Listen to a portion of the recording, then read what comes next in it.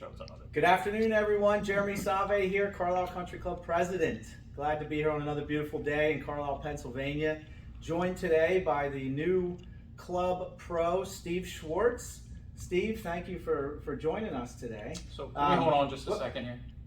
Before we get started, do you think you should maybe be in some proper attire?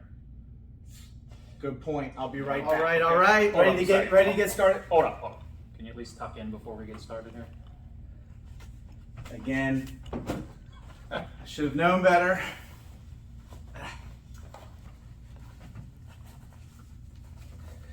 All right. All right, much better.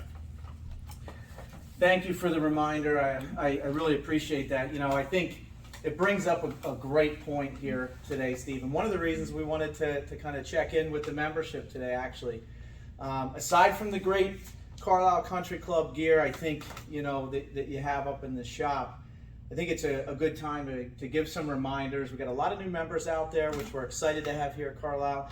And quite candidly, not just some of the new members, but some of the older members just thought it would be good to have a reminder around the golf course attire. We've been having some complaints recently, and just wanted to give a quick reminder on proper attire for out on the course. Yeah, just a little reminder on dress code, especially for men.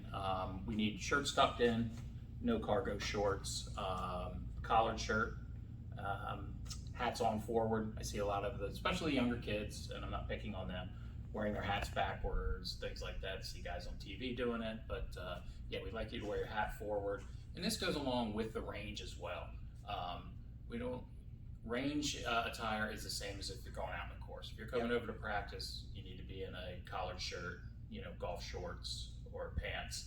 I see people coming in t-shirts, athletic gear, almost like they came just from the gym. We will be enforcing that dress code and making people, have proper golf attire. So if I'm hearing you, I think for the parents out there that do have some younger kids that are playing, it sounds like we're going to enforce that, and maybe enforce that by running up a nice little tab in the pro shop, or they'll be asked to leave, I think, going forward, because it's something that's definitely been challenging here the last several months, and I have a lot of folks that bring it to my attention just in my role here at the club, so it would be great to just be aware of that. Yeah, especially during pool season, because we have a lot of kids that hang out at the pool, and then they'll throw some, a t-shirt on, athletic shorts, and think they can come up and hit golf balls. Yep. So Makes sense. Just need to make sure that they're packing golf clothing if they're thinking about practicing. Great. Or playing. Well, thanks for that reminder. It's always good to keep in front of that, and I think as we've got some other items that we wanted to cover. One of which is the Jonas app, and I've been getting, I think. We've been getting some negative feedback from some of the golfers, and it's not up and running 100%. We know that. It's a work in progress. Anything with technology tends to take a little bit of time.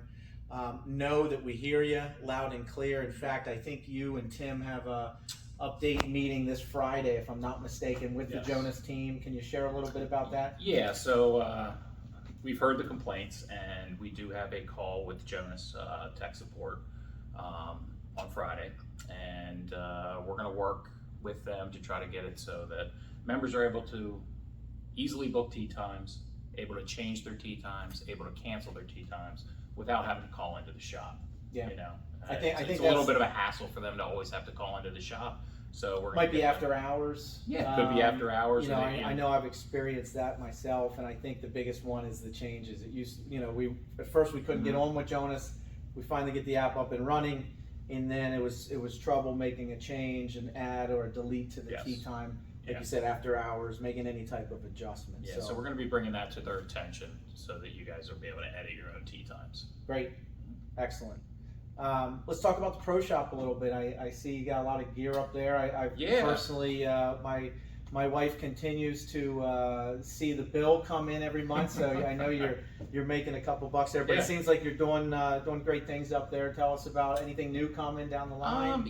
So I will have some definite, a little bit more summer gear coming in the next couple weeks, and then I do have plenty of orders for the fall for some new fall gear. With companies such as Donald Ross, Grayson, Vineyard Vines, and there's a couple other that I can't pick up off the top of my head, but I got A lot Great. of gear coming. Excellent. From what I understand, the junior clinics have been a huge success. I think one starts next week. Next week, yes. Next week, and that's full at this point. Mhm. We have 20, 30 kids that I think are coming out, which Yeah. is great.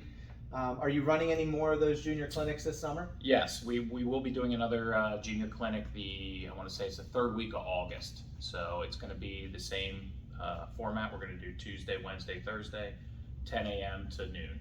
Great. Yep. Excellent. Anything else? Partners golf. Partners golf. I've participated in a few of them. Had a lot of fun. If you haven't participated in the partners golf, even if you or your spouse isn't a great golfer, I would encourage you to come out. It's a lot of fun in the evenings. Great people to play with. A great way to meet new members as well. I think we've got one tomorrow. That's closed, but starting in August, I think we have a couple more coming. So we actually have a football themed one coming in August. So I'm asking members they can wear their favorite jerseys. I know it goes against the dress code we were just talking about, but wear your favorite jerseys. Going to try to do a little tailgate food afterwards. Okay. And yeah, the format's a 2-person or a 4-person scramble. So it's really just come out and have a good time. It's not very competitive. It's just fun.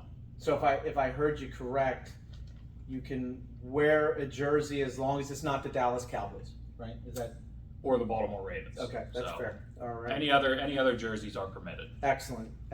All right, I think where we're going to wrap up, and we, as many of you know, many of the golfers know, we got a new fleet of golf carts in this year, and I think it's been pretty well received, and I know that there's been some programming. I know Tim and I talked a little bit about that in our last video about the GPS that is coming.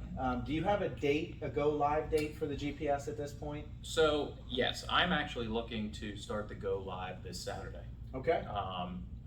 So I mean, why don't we head out in the course and give them a little insight on how that works? Yeah, I think it's a great idea. I think, from my perspective, it's good to know that we're starting on Saturday, because I will probably turn my phone and email off starting on Sunday. The phone will be off the hook because at the pro shop. I mean, not that anybody would call and complain on that type of thing, right? There's no members that will complain, but I think it's a good idea. We'll head out to the course, kind of give everybody kind of a tutorial, if you will, on how it's going to work. Yeah, sounds great. Great, thank you. All right.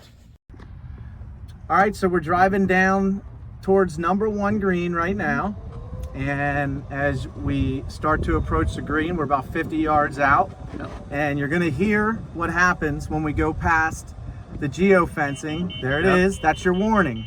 So tell us what happens at that point, Steve. So at this point, you've been warned. Now, if you keep like I do, still have my foot in the pedal. I'm trying to go closer to number 1 green, the cart will freeze up.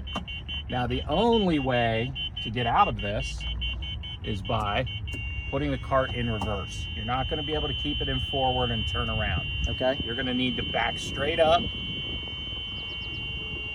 throw it back into forward, and then turn to the right. Out of turn right and head over towards the cart path. Got it. All right, so I'm going to show you again another example. This is left of the number 1 green. So as we start to approach. Yeah, as we try to head left to number 1 green over by 10 green, you should start getting that warning as well. Now, you can see my cart froze up. It's not letting me drive between number 10 and number 1. So I just put it in reverse, take it straight back, and it's going to force all the traffic then over to the right. So we need to take the cart and venture back over to the right towards the cart path. And I think it's important to understand that if you don't listen to the warning sound, the cart will shut you down. Yes. And the only way to get out of that is by putting it in reverse to get you out of that geofencing area. It's not going to let you circle around, keeping it in forward. You have to put it in reverse. Great, thank you. All right, so here's another problem area coming up to number 8 that we're being asked to put the fencing up. So if you like to come up to the left of 8 tee box in your cart, you're gonna be disappointed with what you get. So again, we got to put it in reverse, head back out. You'll probably make that mistake one time, and then after that, mission accomplished. Looking forward to hearing from everybody after your Saturday round.